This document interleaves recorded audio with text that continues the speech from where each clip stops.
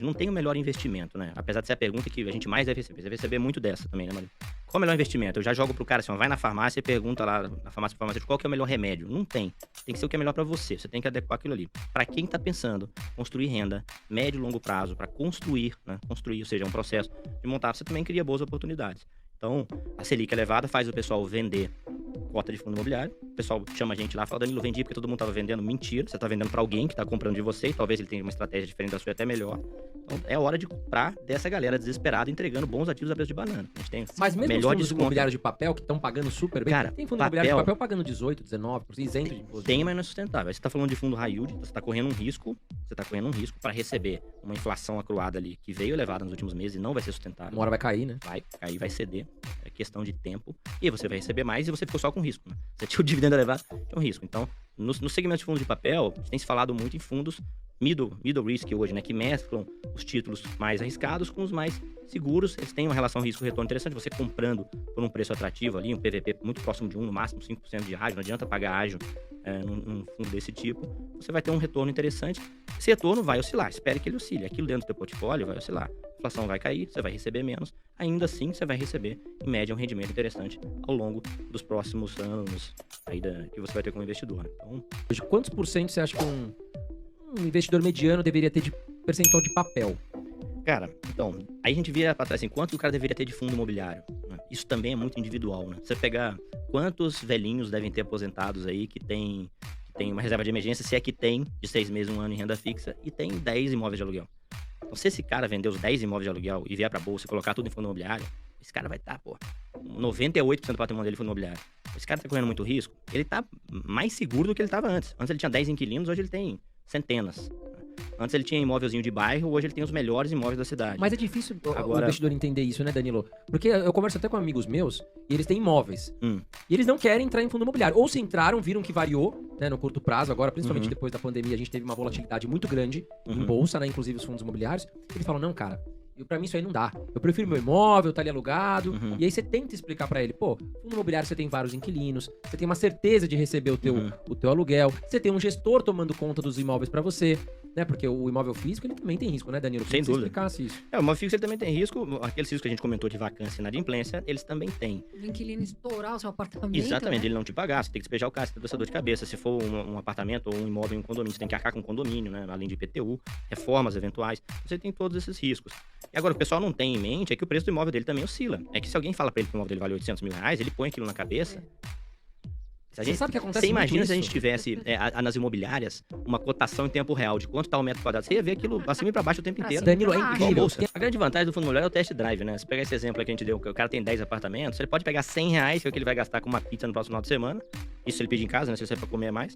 E comprar uma cota e fazer o teste. Fica ali acompanhando, todo mês vai cair dinheiro, você lê o relatório gerencial, você vai lá no shopping tomar um café, naquele shopping que você é sócio, você paga o café com aquele dividendo. Dá uma olhada Exato, naquele em volta, é. eu sou sócio desse negócio aqui, cara. Então, Em vez de você ficar então gastando, o comprando um fundo monte de bolsa, né? imobiliário. Dá pra fazer, mas dá pra fazer os dois. O fundo imobiliário tem essa pegada educacional muito forte. O cara vai lá no imóvel, ele toma um café lá, ele almoça lá.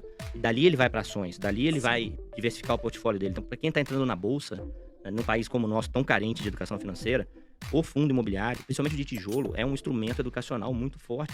Né? É isso que a gente precisa hoje para atrair gente pro mercado de capitais como um todo. Para Sim. renda fixa, para ações, para fundo imobiliário. E fundo imobiliário é igual imóvel. Você não compra um apartamento na sua rua, você não compra um apartamento no seu bairro e vai dar bom pro mês que vem. Você não compra uma casa pra semana que vem, para esse mês. A gente vê carteira de fundo imobiliário mudando toda semana, de longo prazo, né? Enfim, isso não existe. Você tá comprando imóvel via bolsa. Longo prazo, 7, 10 anos pra frente. E quem tá querendo construir patrimônio para gerar renda, para cair dinheiro na sua conta todo mês, você tá diante dos melhores cenários possíveis para compra. E vai continuar ele por um bom tempo. O cara quer começar agora, arroz com feijão, pensa em portfólio de FIIs, tá? Mesmo que você compre um por mês e vai levar meses para montar isso aí. 8 a 12 fundos na sua carteira. 8. Vou comprar um por mês e um ano eu vou ter uma carteira diversificada. Não comprar monoimóvel. Tem muito fundo com... E tem até investimento bom de fundo com imóvel só. Mas se você tá começando, não é isso que você quer agora. Que é um só, de repente, inquilino Você tá sai. começando, você tem que focar em aprendizado e segurança. Então vamos para os muitos imóveis, né? Não compre fundo que tem um inquilino só, mesmo que ele tenha muitos imóveis. Você tem fundo que tem um monte de imóvel alugado pro mesmo cara. Pior ainda, eu acho, né? Você tem um risco ali também. Então 8 a 12 fundos, não comprar monoimóvel, não comprar monoinquilino e foca nos maiores segmentos de fundos imobiliários, que seriam lajes, galpões, shoppings. Aí você tem os fundos de papéis, eu comentei, e os fundos de fundos, que investem em cotas aí de outros fundos. Se comprar dois de cada segmento desse, você vai ter 10 fundos na sua carteira. Você vai montar uma carteira ao longo de um ano, e a chance Sim. de você errar neste propósito de construir um portfólio colocando dinheiro no seu bolso todo mês é mínima. E se você errar, você vai lá e substitui aquele fundo número 7 por outro, que você achou um melhor, depois você substitui um por outro. Se você fez isso aí, cara, você vai começar tranquilo, e não vai perder. A chance de você perder, você vai ter renda estável, vai ter dinheiro na sua conta todo mês, vai reinvestir os dividendos e você vai fazer a lição de casa estudando, né? Acompanhando o mercado aí. Quais são os maiores riscos envolvidos pro cara que tá começando a investir? Ó, vamos começar pelos fundos de papéis que investem em CRIs, que são títulos de dívida. Tem fundo imobiliário que paga pra caramba, que são os tal do high yield, né? Que poderia se chamar high risk, mas quem iria comprar esse negócio? High yield comercialmente é mais bonitinho, né? O nome. Você tá correndo um alto risco ali. Então, o tipo de CRI que tem ali dentro, ele é mais arriscado. Ele tá financiando loteamento, a população às vezes mais carente, multipropriedade, que é aquele negócio que você vai num resort lá, o pessoal tenta te vender um quarto, te dá uma toalha de brinde, promete que você vai receber você e mais 8 caras comprando lá um quarto, né? Como é que você vai receber um aluguel e tal?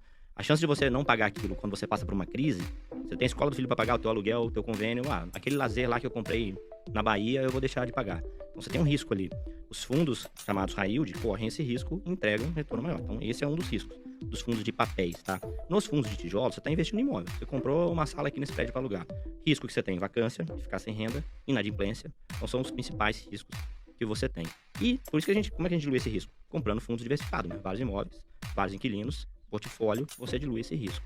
Tá? E os dois têm risco de mercado, né? Como são negociados em bolsa, você tem que ter outras classes de ativos, porque na hora que você precisar do teu dinheiro, pode ser que não seja naquele momento ideal de você vender teus FIIs. O que eu tenho sugerido pro pessoal?